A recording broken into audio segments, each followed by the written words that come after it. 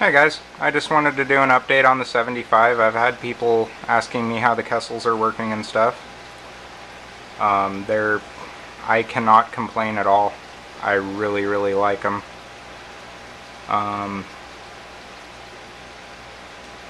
As far as the tank, the system's doing very well actually. I had a little bit of ick on my yellow tang and my hippo tang. That seems to have gone away. The hippo tang had it a lot worse than the yellow, but neither one of them ever lost appetite or anything. So I used, even though there were mixed reviews and stuff on it, I had already been, sorry, let me start over. I guess as soon as I started seeing the ick and stuff, I started soaking their food in garlic. I use Garlic Guard by Seachem. I really like that stuff. And it wasn't really getting worse, but it wasn't getting better. So I ended up using Cordon Ick Attack, and I was using the recommended dose, but I was doing it every 12 hours. And I did that for about a week and a half, and it seems to have worked. It didn't bother anything else. Unfortunately, the cleaner shrimp that I've had for about 2 years did pass away the other day. Of course, when something like that happens, especially something that you've had forever, you want to blame it on something. My first thought was the ick attack, but everything else in the tank is completely fine, so I'm just going to go ahead and guess it was old age or something. It was already one of the biggest ones I've ever seen when I got it, so I can't imagine a cleaner shrimp's going to last more than 5 or 6 years at most, but I could be wrong. If I am, let me know. Let's see what else I did. I've been wanting to replace the life reef skimmer that I had. It works. I didn't really have a whole lot of complaints with it, other than the fact that it's just really old technology. It was nothing but a regular Venturi, so you have no uniform bubble size. The design of it was just really old school. I had to use a Meg 9.5 pump that uses like 95 watts to run it. There's just way better options. The thing had a footprint of like, I think it was like 18 inches by 12 or something like that. It just had a ridiculous footprint, used way more energy than it needed to, and didn't skim as well as, something newer. So I'd been keeping an eye out, and I got lucky and came across this Bubble Magus NAC 7 at my LFS, and it didn't have a pump or a bubble plate. The guy had, I guess the pump that he originally had on it had burned out or whatever, and he had this ridiculous PVC bubble plate thing that he attached to some weird pump and stuff, and I just, I'm not gonna take a Jimmy rigged skimmer, but I got a new pump and a new bubble plate and paid a total of $135 for it, so I cannot complain. I just hooked it up last night, and I'm still working on adjusting it, but I can already tell you right now this thing's going to work a hell of a lot better than my Life Reef skimmer, and it takes up way less room. The pump uses like 18 watts. Yeah, I don't know. It seems like a great skimmer. It's really quiet and stuff. The only thing is the hose there was cut short for some reason. It's supposed to go up and attach up here to cut out noise and keep the air moist so that calcium and stuff doesn't build up in the tube. Other than that, I also have I haven't actually said anything about it. I've got my little experimental upflow algae scrubber over here. I think it's been about 8 or 9 days,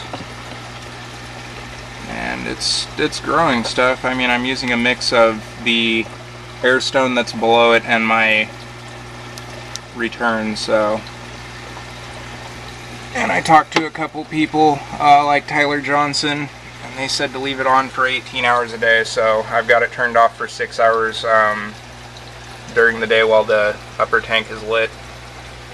I know it's not a refugium or anything, but hopefully that'll help with the pH swing a little bit. Alright, I guess I will kind of go over what's in the tank. That's the yellow tang that I picked up that's supposedly about 8 years old. He's doing really good, eating, getting along with everyone, so that's cool.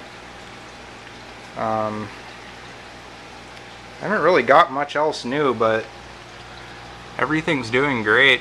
Both of my rose bubbles up there, this one right here, just decided to move up there. He's kind of irritating me. He's sitting right on top of my big cabbage coral. You can kind of see it in between them. But they're doing really good. Got my little button polyps and stuff. I don't know what their deal is. They kind of close up and get shiny like once every few months, and then I'm assuming they're just kind of shedding something off. But my clam's doing really well all the way at the bottom of the tank. It started getting a light spot like right there when I first put the Kessels on, and my first thought was, since nothing else seemed like it was getting burned, I figured it wasn't getting enough light, but it colored right back up and stuff. It seems like it's doing good. So some of these zoas kind of fell off there, but you can kind of see these ones right in the middle of the screen. Those were just a beige color before I got the Kessels. Now they've got a purple center and a green rim around the outside.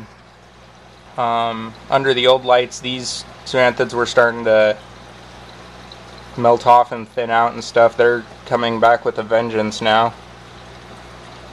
Purple tipped hammer's doing pretty good. I just picked up this acan, I think yesterday. It's pretty cool. I might move it. It's a little bit close to the clam, but these zoanthids have been through hell and back. They keep falling off. I just need to get more glue, so don't mind them. Cocoa worm's still doing good, you know, all the star polyps and stuff. I got this really big neon green Nephthia from a buddy. That thing's awesome. That's definitely one of my favorite corals in the tank. I've had this toadstool here for probably 2 years, and this is the most I've ever seen it open. So I don't really know what its issue is, but it's doing better now than it ever has, so I can't really complain.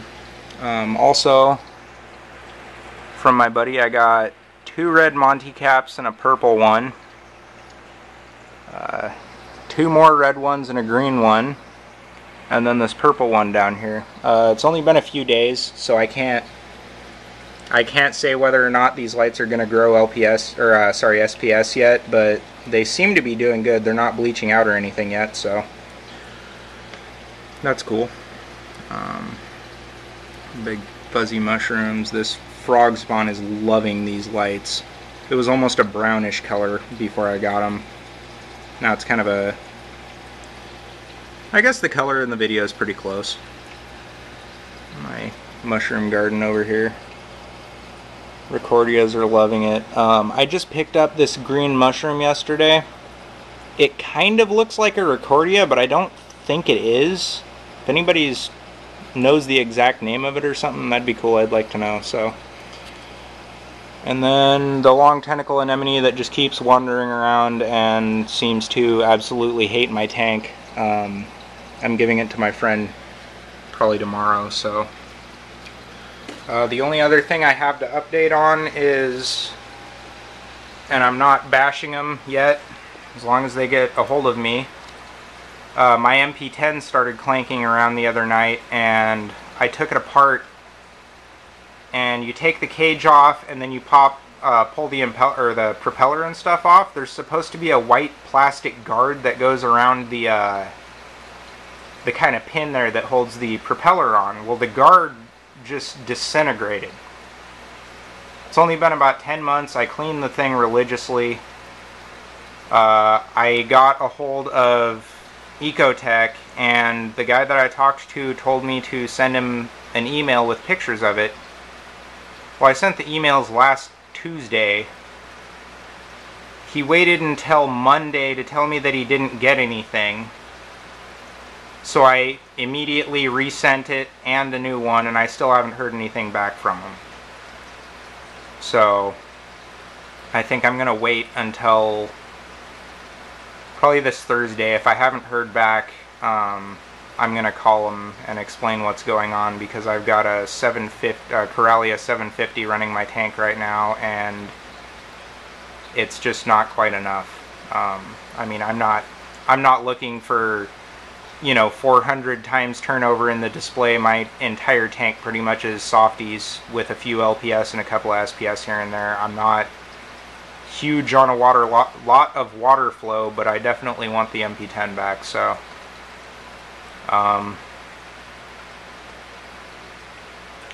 yep, that's about all I can come up with for right now. So anyways, let me know what you guys think. Have a good one.